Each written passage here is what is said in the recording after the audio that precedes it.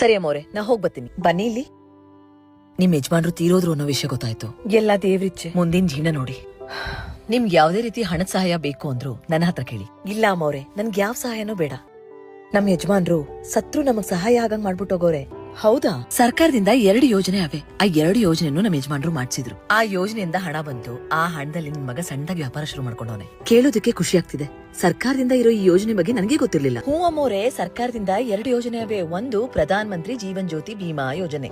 ಈ ಯೋಜನೆಗೆ ನೀವು ಪ್ರತಿ ವರ್ಷ 436 ರೂಪಾಯಿ ಕಟ್ಬೇಕು. ಈ ಯೋಜನೆ ಮಾಡಿಸೋರು ಯಾವ್ದೇ ರೀತಿ ಮರಣ ಹೊಂದಿದ್ರು ನಾಮಿನಿ ಆದವ್ರಿಗೆ 2 ಲಕ್ಷ ರೂಪಾಯಿ ಸಿಗ್ತೈತೆ. 18 ರಿಂದ 50ನೇ ವಯಸ್ಸಿರೋರೆಲ್ಲ ಯೋಜನೆ ಮಾಡಿಸಬಹುದು. ಹೌದಾ? ಅಷ್ಟೇ ಅಲ್ಲ ಅಮ್ಮೋರೆ, 2ನೇದು ಪ್ರಧಾನ ಮಂತ್ರಿ ಸುರಕ್ಷಾ ಬಿಮಾ ಯೋಜನೆ. ಬರೀ 20 ರೂಪಾಯಿ ಕಟ್ಟಿದ್ರೆ ಸಾಕು. ಈ ಯೋಜನೆ ಮಾಡಿಸೋರ್ಗೆ ಆಕ್ಸಿಡೆಂಟ್ ಆಗಿ ಮರಣ ಹೊಂದಿದ್ರೆ ನಾಮಿನಿ ಆದವ್ರಿಗೆ 2 ಲಕ್ಷ ರೂಪಾಯಿ ಸಿಗ್ತೈತೆ.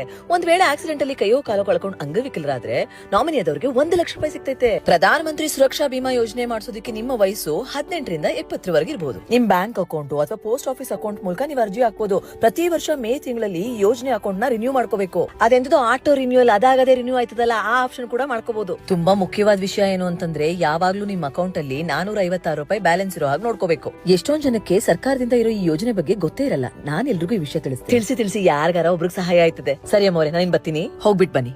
ನೀವೇನ್ ನೋಡ್ತಾ ಇದ್ದೀರಾ? ವಿಷಯ ಗೊತ್ತಾಯ್ತು ತಾನೆ? ಆದಷ್ಟು ಬೇಗ ಅರ್ಜಿ ಹಾಕಿ.